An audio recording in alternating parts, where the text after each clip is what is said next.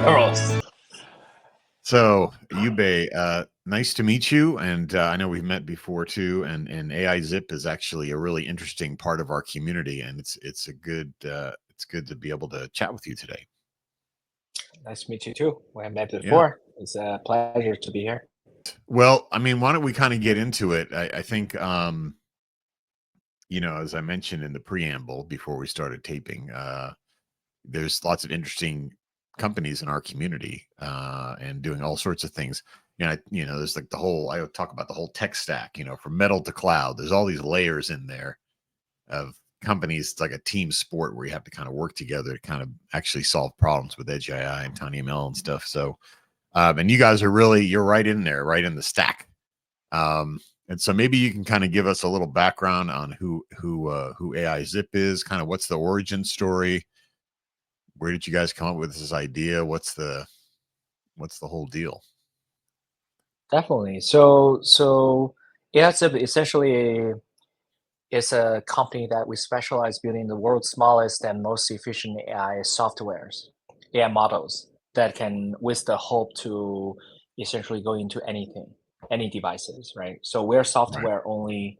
We'd like to partner with all the hardware leaders in order to bring AI to the next gen devices. Okay. So over the years, we have partners with many very well-known brands in this community, right? So we won this year's CES Innovation Award together with Yeah. SoftBank, and we won the Best of Sensor Award with Bosch, and we Hmm. won the Best AI Product of the Year award together with Analog Devices. Hmm. Yeah, so along the way, we have formed a lot of these collaboration. As a team is almost born out of an accident, right? So we didn't have no plan to start a company at the beginning, right? Okay. And then COVID came, right? So COVID came, Mm. everyone was quarantined at home. My friend came to me, asked me, how do you actually build a working AI system? I had no Mm. idea. And that was a shocking moment because I've been always doing fundamental AI research for long and supervised Hmm. learning, right? So when we say fundamental AI research, we really somewhat times mean useless, right? I know how to push the benchmark. I know how to write sometimes very good paper, but how to build a thing that actually work is the itchy part as an engineer, right? So Right. you don't I don't really know. So that was a interesting question, and we start to experiment something, and that eventually turned into a company because we all loved this and seems like a very useful thing to do Hmm. at the time. Then we decided to create this company called AIZIP in the end, late 2020. I have to ask. So the name, when I think of AIZIP, I think of WinZip. You remember that old tool where you zip your files together? Was there some sort of inspiration there, or was that the? Yeah, so the name was the intuition of the name of the company is really zip is a format that you compress your file, right? Yeah. So you want to compress AI into essentially anything. That's why we put AI and zip together, Zip. right? So make this name. And yeah, almost like you have a zip that AI is inside, right? So Right. that's the intuition. Yeah. Yeah.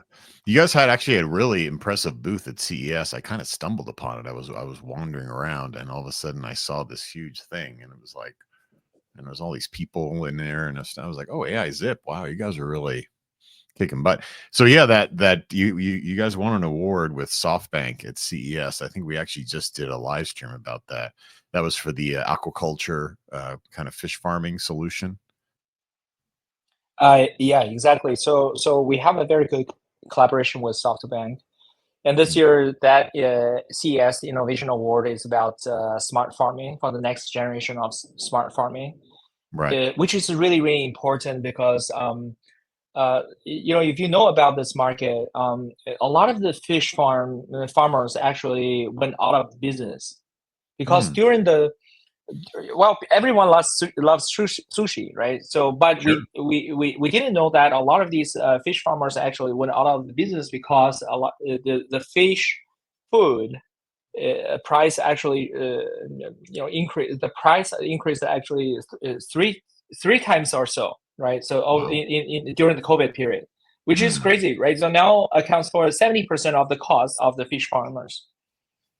Right? So if you're not careful, and you can easily become a not a profitable business by doing that, right? Because the food is very expensive, and then when you Yeah. feed the fishes, right? So it's not going to, You don't want to a lot of overfeed. these food are, yeah, it's a wasted, right? So Mm. the idea is really put AI there under the water to really gauge, count the fish, and also gauge where the appetite is, right? So when to feed and how to feed precisely, almost like you try to water your plants very precisely, right, to save Hmm. water. And the Yeah. same idea Yeah. is here.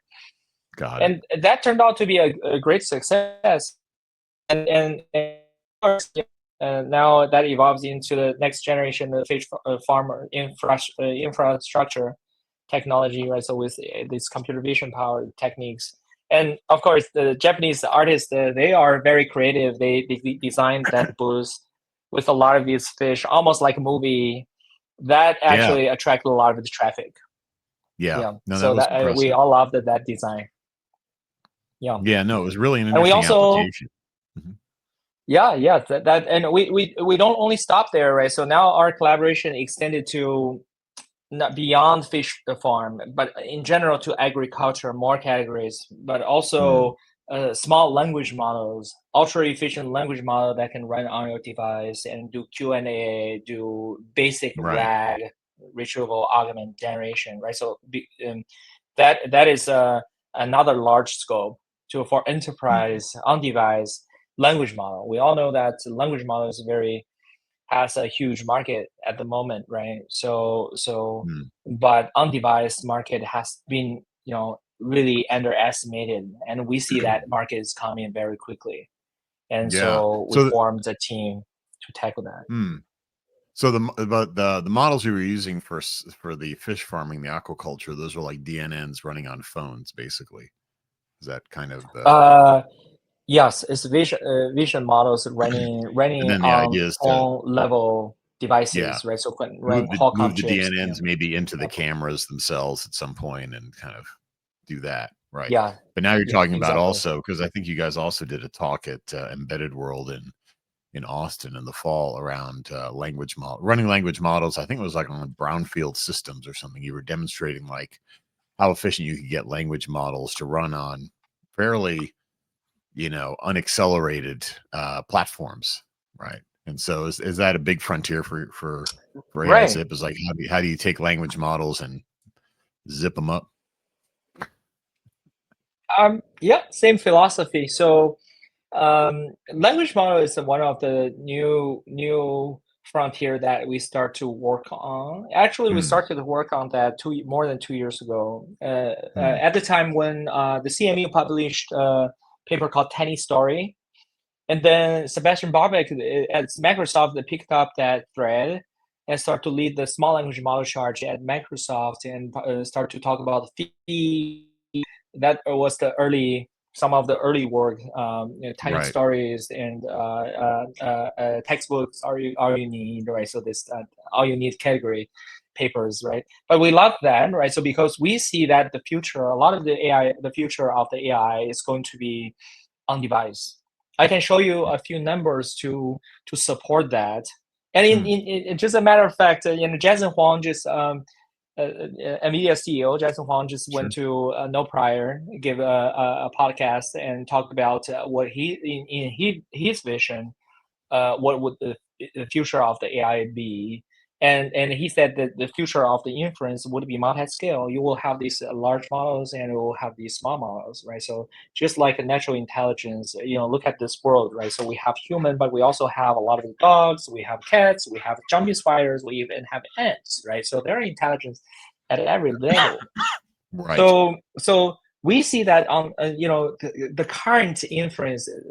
If you think about that, uh, it's estimated, right? So 99% of the data is actually originated on device, which is Yeah. not surprising because No, where there are sensors, there are that's data, the right? real So world, as we call it.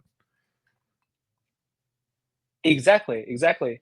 But the surprising part, another surprising part, I think, is more interesting than this, is that if you think about the compute and actually add up the world's compute capacity in all these HPC centers, right, Mm, for these amazing GPUs, right? So you realize that it's roughly also 1% compared to on device, which is interesting because just because the sheer numbers of devices out there, right? So in your phone, everyone's pocket, and in the cars, and smart cameras. When you add this up, it's almost two orders magnitude more than in cloud computing resource. wow. But yet, more than 95% of the compute AI traffic, AI workload went to the cloud, which is interesting. Majority of the investment also went to the cloud, which creates a huge opportunity for on-device AI. Right, so we see that opportunity coming very close,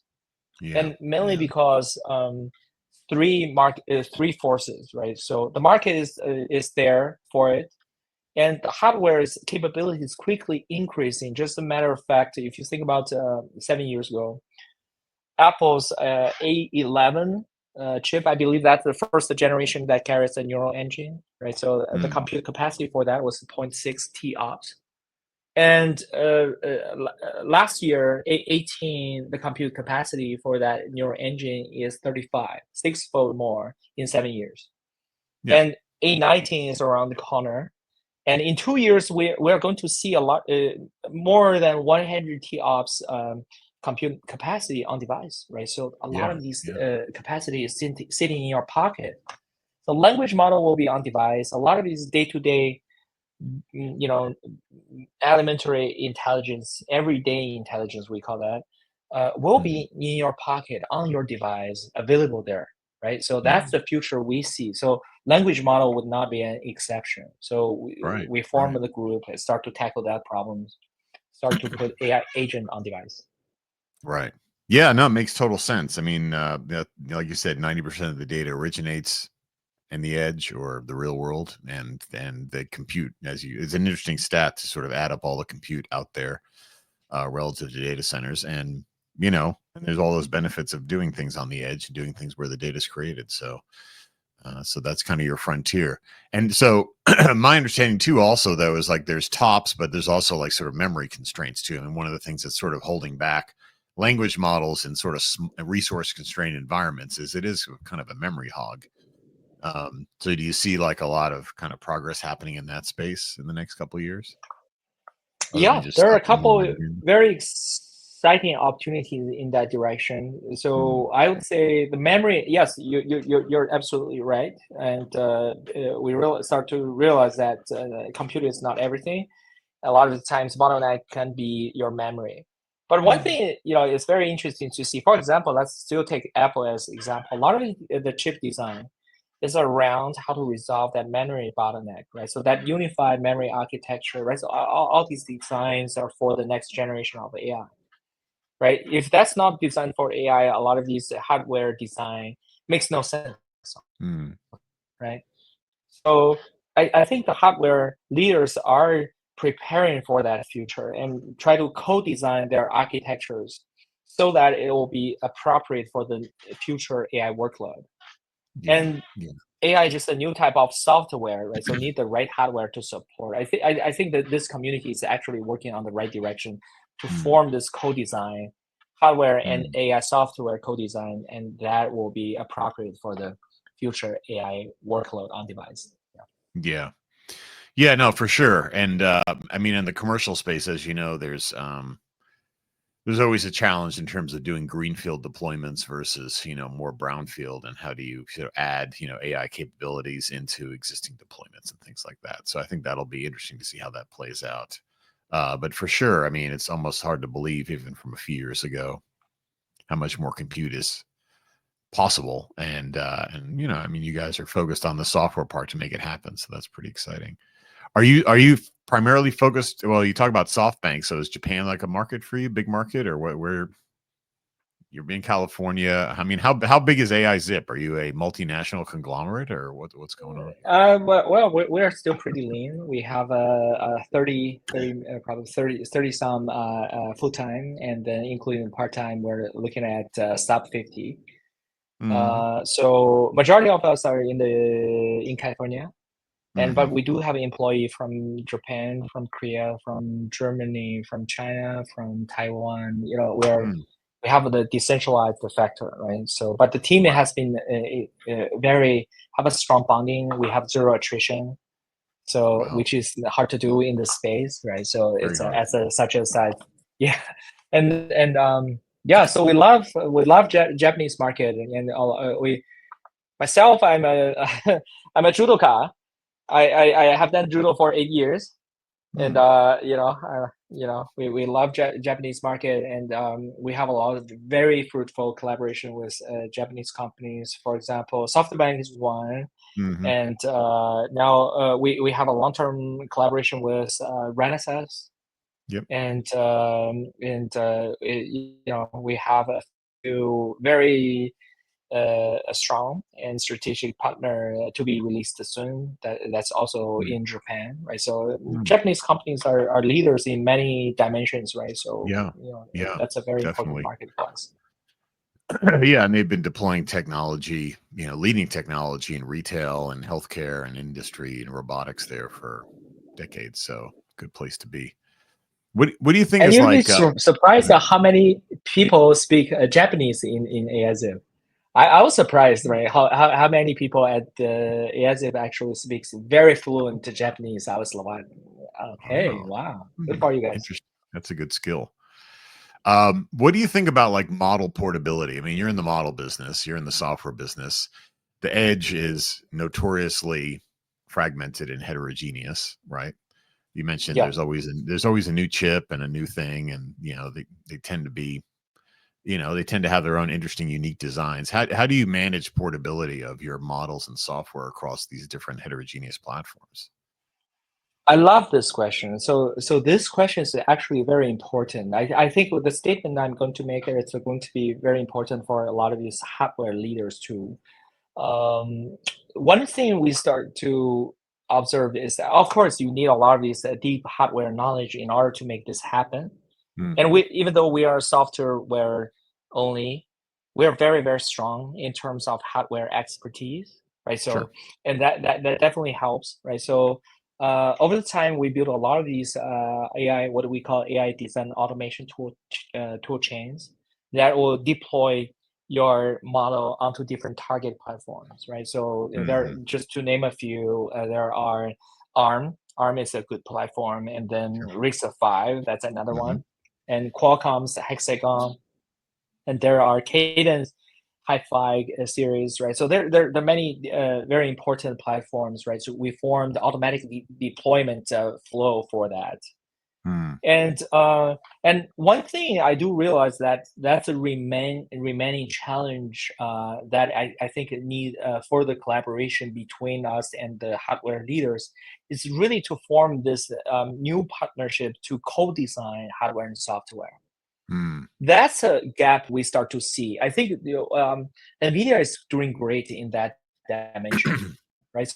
So because we all know that Moore's law has been slowing down, just in terms of the hardware side, right? So the new innovation a lot of the times come from co-design, right? So for example, NVIDIA designed their data center, right? So almost like a new compute unit, right? So and then a lot of the co-designs there to facilitate communication here, try to compress a lot of the things into a small form factor. And Apple is also doing great, right? So there's an internal AI application development in Apple, and there's strong hardware component there too. And then you can do this co-design, right? What do we see, for the rest of the community is that we really need to form this strong partnership so that the AI experts, software experts, and hardware experts sit together and define the next generation of hardware. By doing that, I think we can continue the scaling to improve the capability rather than we think that hardware is going to be like this, and we developed our network, right? So, and then we realize, well, it's not deployable on this hardware, right? So that would be a pity, right? So I think more seamless collaboration and integration would be definitely very important for this community. Interesting. Yeah, no, it's a tough nut to crack, because I think a lot of the semiconductor partners want to kind of have their special sauce and their architectures that have their advantages, but from a software side, sometimes that can be kind of challenging to sort of, take advantage of all those things and still have some portability. So, I mean, it's been solved in the application space through all these different frameworks and things, which, anytime you start doing, kind of abstractions and things like that, you get performance issues and size issues and things like that. So, but it'll be interesting to see how that plays out. I think that is something that I've heard a lot about. So it's good that you guys are thinking about that. So, yeah, interesting. Yeah, it's just to compensate this point. I think it's not merely a hardware issue, right? So, for example, let's say you're selling Windows, right? So, and another hardware supplier, they build a new processor. It would be a pity that a new processor cannot support Windows, because Windows is going to be a useful operating system to have on your hardware, right? So to have these experts in the same room co-define the future, I think that is important, so that we don't waste our capabilities, right? True. By the way, it's hard to get a new processor to support Windows, just a FYI. So I was in the Windows team for a little while. It's a lot of work. Yeah, it's tough. Yeah, so I don't know if definitely. It holds, but yeah, it's doable. But no, I hear you. I think it's going to be an interesting bridge to cross. I mean, I know that there's work at Microsoft, for example, with Onyx and some other frameworks and other things. So maybe there's some point there where there's some more cohesion, but we'll see. Cool. Definitely. Any last words of wisdom about AIZIP that you want people to know about? I think we got a pretty good view, but what else? What's the thing that people should know about AIZIP that you don't think they know yet? Yeah. So I think at the beginning, our vision for AIZIP was that there's a big opportunity in on-device resource, right? So that has not been tapped into. And the end game we see that is going to be the future of AI is going to be hierarchical, and where you really have a lot of these giant models and all the models in between, they can do their useful things and have their specializations, and but meanwhile being ultra efficient. And we envision really to be the portal of the future AI traffic. Where there are sensors, there are AI models. And so that, even though very simple, but that could be the first station for a lot of this data to interact with the AI ecosystem, right? So that's one of the vision we have. Another thing that is quite unexpected, but over time I start to think more and more, is the efficiency is actually more than just a application problem. I will share. I shared with you several numbers at the beginning, very early on, but I want to share with you another three numbers. And the first one is always going to be the boring one, right? So, do any of you know how much power that the human brain consumes? It's a large model, right? It's a large language model. I heard it's about 20 watts, 25 watts. Here we go. Very nice. You are experts, right? So it's about 20 watts, right? So that's about the power consumption of an iPhone 15 Max. Oh, 15 Max? Which is, yeah. It's a big device, but still a lot more efficient than the large language. Let's say you have a 600 billion parameter models and you deploy that onto two A100 servers, right? You're looking at 10K watts. Or four servers, that would be 20K watts. Oh yeah, right. Huge. So that is the power gap, 3 orders magnitude roughly, right? But now I'm going to tell you the model difference, right?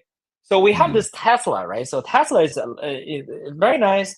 Everything is on device. You have this on device perception, 3D perception, planning, navigation in 2D space, right? So with a few billion parameters, that's the model size, right? So based on the foundation, then you build different heads for different detectors, right? So that's the model.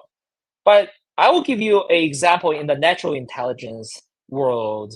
It's a jumping spider. The jumping spider, right, also have 8 cameras. 2 front, 2 on the side, 2 on the back, peripheral, and then another 2, right? So 8 cameras. Got it. 8 cameras, 360-degree of vision, right? So build scan the environment and build a 3D perception. And it can does not 2D navigation, but 3D navigation, right? So it will look at its parade. It's here. Okay, I need to go down here and go through the bush and go up here and get to its parade, right? So that's very tricky 3D navigation, right? How many neurons does a jumping spider have to accomplish all of this? I don't know, 1,000. No, not that small, but a few million neurons, right? Okay. A few million neurons instead of a few billion neurons, right? So that's again, we're seeing this 3 orders magnitude difference. I see. And finally, I think that's going to be even more interesting. This number is that we are talking about, we love large language model, right? So the scaling is so far one of the most robust law we have found so far. But the question is, every 1.5 years, we are seeing the training tokens becomes 10x more, right? So we start to chinchillas, I believe it's 1.5 or so, and then now Llama 3 last year was 15 trillions of tokens, right? So we're constantly seeing bigger. Apple just released a new training set, which is 200 trillion tokens. That's a lot of tokens, right? But for human, how many tokens can we actually acquire before age of 20? I don't know. I kind of and that number is not going to be a big exactly. Oh, well, let me do this simple exercise for you, right? So let's say start from day 1, we start to read text, right? So we are going to read 10 words per second, which is a lot. Yeah, usually people cannot read more than a couple words per second. And let's assume each of the word is 3 tokens rather than 1.3. 1.3 is the average token per, for general English text, I believe. And then, but let's say you're reading really complicated words, right? 3 tokens per word. And now that makes 30 tokens per second, right? So you're going to do this 12 hours for 20 years, 12 hours per day for 20 years, right? So that is going to be 9.6 billion tokens for 20 years, right? That's 3 orders magnitude again difference, right? So you're seeing this, learning efficiency, model efficiency, energy efficiency. You constantly start to see this 3 orders magnitude difference, right? So I think that's one of the next scientific frontier, right? So how do we actually decipher this gap, right? Just a matter of fact, right? So when the steam engine actually first came out, right? So do you know what's the energy efficiency for a steam engine? I don't know. Probably not much. That was not much. That was a very tiny number. I was surprised at how small that was. I think I remember that was a 0.2%. Wow. Right now, nowadays we constantly start to see 20 to 50%, right? So depends on what type of engine we're talking about. But that is the energy gap, right? So energy efficiency gap improved by 3 orders magnitude also, right? So I think data is a new type of entropy, right? So we're seeing this, we're at the beginning of this revolution. It's almost like we now have a steam engine, which is not super efficient. But I think getting this efficiency up would be an important step towards AGI, actually. Yeah. No, that's true. Yeah, I mean, I think that, like, you're right. I think it's an unexpected thing. Yeah, and that's some fantastic analogies that you have there, and I agree. I think we were sort of at the steam engine phase, and so we know that there's a lot of upside there, especially in efficiency. I always say efficiency is the new currency. That's kind of the new thing, is how efficient can you be with power and cost and other things to get these things done. So cool. No, this is really helpful to kind of get a good picture of where you guys are at, and looking forward to more success. And I think for folks that don't know who AIZIP is, now you do. So that's great, and appreciate the time. Awesome. All right. Thank you. Thank for you. this interesting conversation.